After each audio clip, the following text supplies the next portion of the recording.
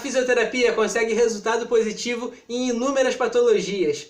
Algumas dessas patologias são mais frequentes do que as outras. Então, eu acredito que seja muitíssimo importante saber um pouco mais sobre as situações que são mais comuns na prática clínica de todo físio. Porque desse jeito nós vamos estar mais preparados a gerar o melhor resultado possível. Então hoje nós vamos começar falando de uma patologia que é muito comum para todo fisioterapeuta, que é a osteoartrose. Aqui é o canal Hugo Oliveira, onde eu falo sobre o corpo humano e essa coisa toda.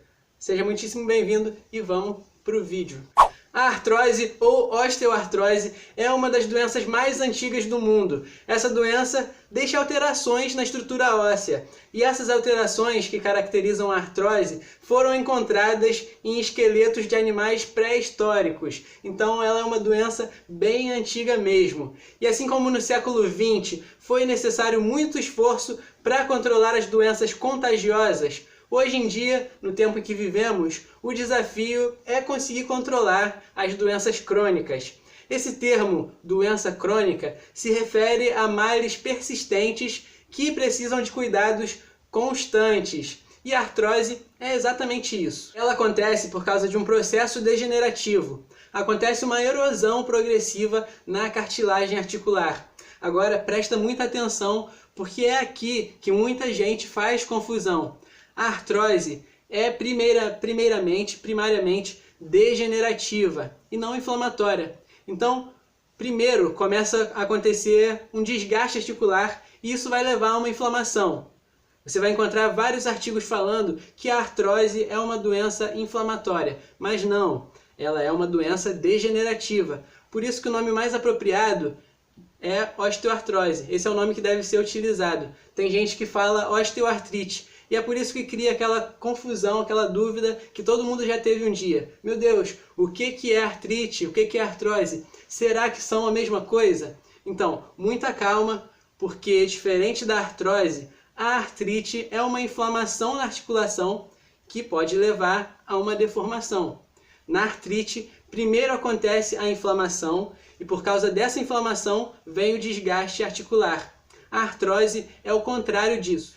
Bom, a artrose acontece nas principais articulações móveis do corpo humano, mas o destaque vai ser para as articulações que sustentam mais peso.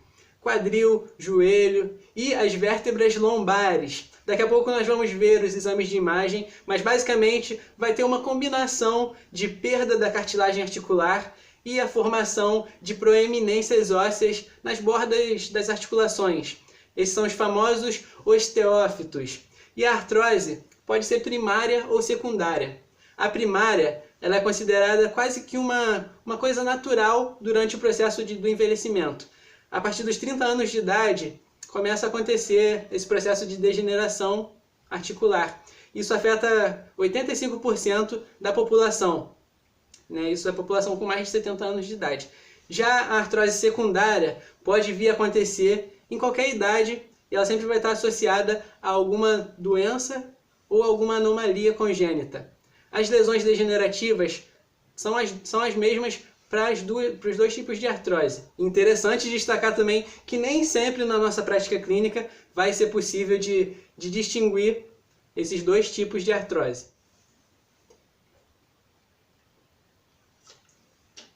Não sei vocês, mas eu estou achando esse vídeo maneiro.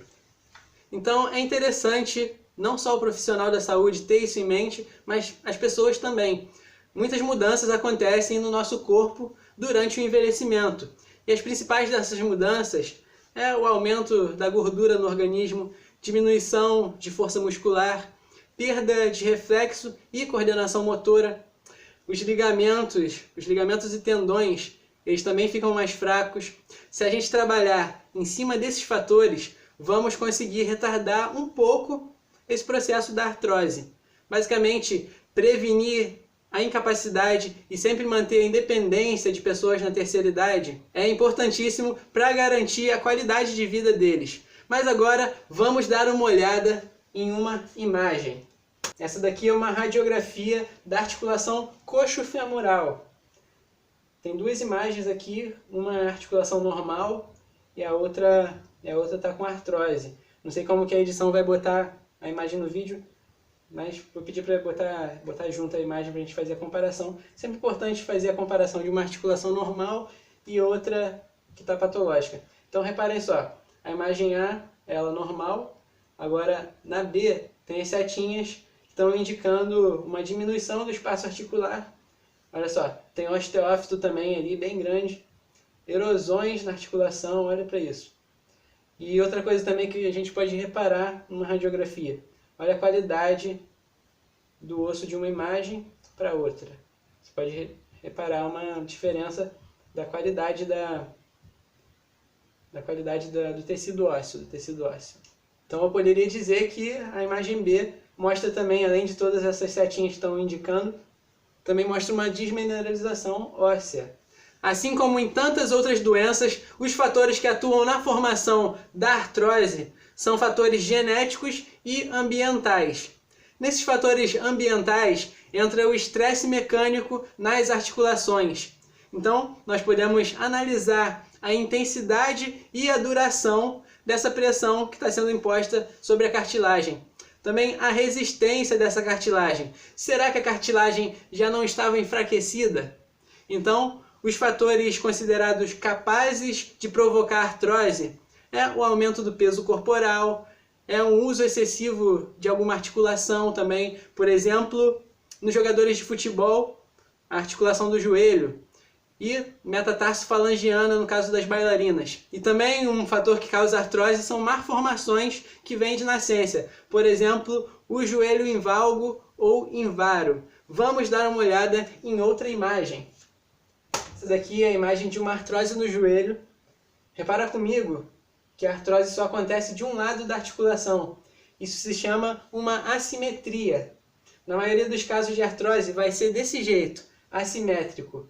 Pode acontecer de ter uma artrose simétrica na articulação? Pode acontecer, mas as chances são muito maiores de ser uma artrite reumatoide, né? caso esteja essa diminuição simétrica do espaço articular.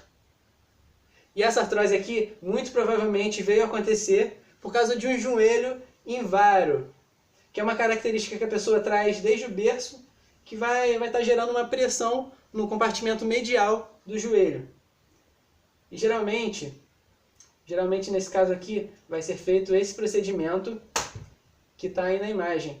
É uma artroplastia do compartimento medial. Né? Onde estava a artrose, foi lá e fez cirurgia, botou uma peça de metal ali. Essas artroplastias são cirurgias muito agressivas e é necessário uma boa condição clínica do paciente, né? No pré-operatório. Tudo que eu falei até agora são mecanismos que podem levar à artrose. A verdadeira origem dela é desconhecido, mas o que não falta são propostas de ideias para tentar explicar isso. Uma dessas ideias fala que a resistência da cartilagem articular diminui por causa de uma despolimerização das proteínas, que vai causar uma maior pressão na articulação e uma hidratação da matriz óssea. Essa hidratação era para estar na cartilagem e acaba indo para a matriz óssea. Ou seja, meus amigos, a cartilagem fica menos flexível. Já em outras ocasiões, o osso subcondral, é o osso que fica debaixo da articulação, né? Ele começa a ficar mais rígido, mais denso, mais forte. E isso vai comprimindo a cartilagem. Agora eu quero começar a falar da artrose da coluna vertebral. Ela tem algumas peculiaridades. Por exemplo, a artrose do joelho e do quadril acontece um desgaste articular na zona de apoio da articulação, que é aquela história de pressão e resistência que nós já vimos. Mas na coluna vertebral não existe isso. Nos corpos vertebrais, as lesões vão acontecer nas zonas de não apoio. Como assim? Isso começa por uma perda de elasticidade do núcleo pulposo. E o peso vertebral vai começar a achatar esse disco intervertebral e ele começa a se deslocar. Quando ele se desloca, acaba levando junto o periósteo.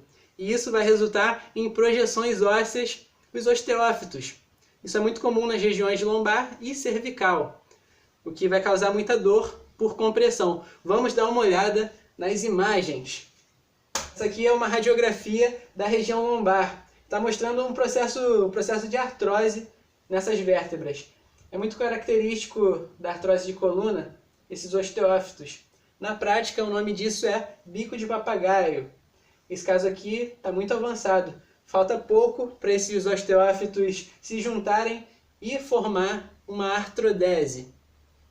Só para dar uma reforçada aí, isso daqui acontece por tudo aquilo que eu já falei, né? Entre essas vértebras tem o disco intervertebral ali, e quando ele se desloca, ele acaba deslocando também o periósteo. Periósteo é aquilo que você deve lembrar lá da anatomia, né? No começo da graduação você aprende, que é uma capinha que reveste o osso, né? Então ele dá essa limitação das células que produzem osso. E quando ele é deslocado, ele fica com espaço, né? E as células vão começar a produzir osso nesse espaço, que é onde formam esses osteófitos. E isso aqui não acontece só na coluna não, galera. Vamos ver onde mais isso daqui pode acontecer. Esses osteófitos também podem acontecer na mão. Dessa vez, eles vão ser indolores, mas causam uma deformação nas articulações da falange distal ou proximal. Então tá aí uma coisa que você pode encontrar na prática clínica, que talvez teria o risco de confundir com uma artrite reumatoide ou outra dessas doenças que tem essa característica. Os osteófitos na mão são chamados de nódulos de Hibberden, quando afetam as articulações interfalangianas distais. Já quando eles afetam as interfalangianas proximais, se chamam de nódulos de Bouchard. Muito bem, esse foi o vídeo. Se inscreve aí porque várias vezes na semana tem conteúdo novo sobre o corpo humano.